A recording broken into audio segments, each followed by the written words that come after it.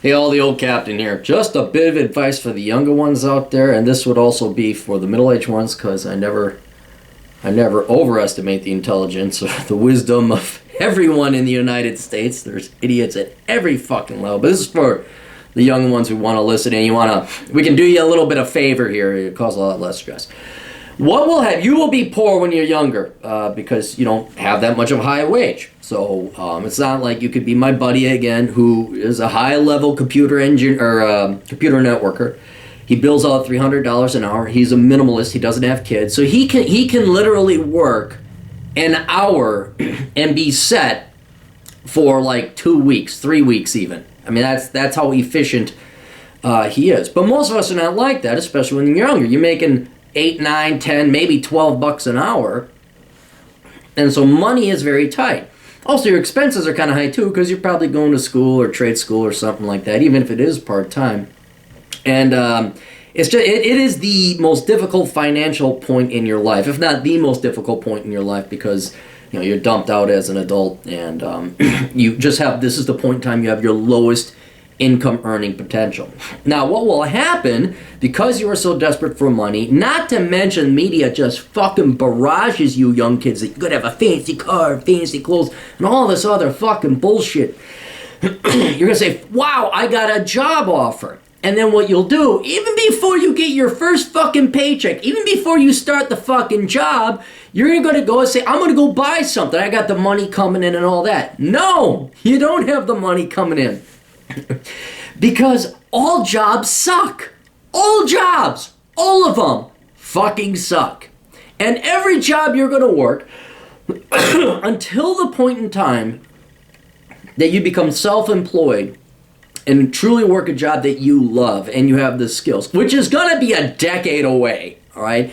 Every job is going to suck. And you think it's bad luck. You think, I can't believe my boss is such a dick. You say, I can't believe how unfair they treat people here. Not just me, but all these other people, my coworkers. There's all these problems with job. And I'm not saying it's not true. A lot of people say, the biggest lie the baby boomers ever gave us was, you just don't know how the real world works, and you just got a bad attitude. It's all your fault. Meanwhile, your employer's screwing you over, making you work 60, 80 hours a week. You never agreed to it. They're underpaying you if you account for hours versus actual pay. You're below minimum wage. Oh, trust you me, I know your employers are dicks. I know, because most people suck. And consequently, most jobs, if not all of them, suck. So what will happen is all anybody's career is quitting a job they hate in the vain hopes that the next job doesn't suck, until they work there for about 3 months to 6 months, finding out that job sucks too, and then they got to go somewhere else. It's just this repeated cycle. If you can realize all jobs suck, no matter what, that is going to be the single biggest advantage to your career, because you say, why would I go somewhere else? Why? The only benefit you get is like this little bit of hope for a month or so, where you're like, okay, I'm done with that fucking bullshit place. This one's got to be better. And it's not. They all suck. So please get that into your mentality. You might as well just stay at one place. At least you get seniority. Slowly you'll get promoted. Are there good jobs? Yes. But as it pertains to this particular video and this particular bit of advice, when you get that new job, you're finally happy. You think, okay, now I got safety, I got stability. No, you don't. You don't. Because you're going to hate that job, and your employers are going to hate you. They don't like paying you. They don't like giving you money. If they were up to them, they get rid of all the employees and just keep all the money from themselves. Unfortunately, they need other human beings, and that's why they pay you jack shit. God damn it, I'm a big-time Republican libertarian capitalist. I'm very pro-business, but at least I know the psychological realities. So when you get a new job, please do not, all you're going to do is cripple yourself. And it depends on what you buy. Now, even I was guilty of this, because I foolishly thought, I didn't foolishly think, I thought, this is bullshit, I'm not going to work here, and then I'd go try some other place. I'm like, this place is bullshit too, what the fuck?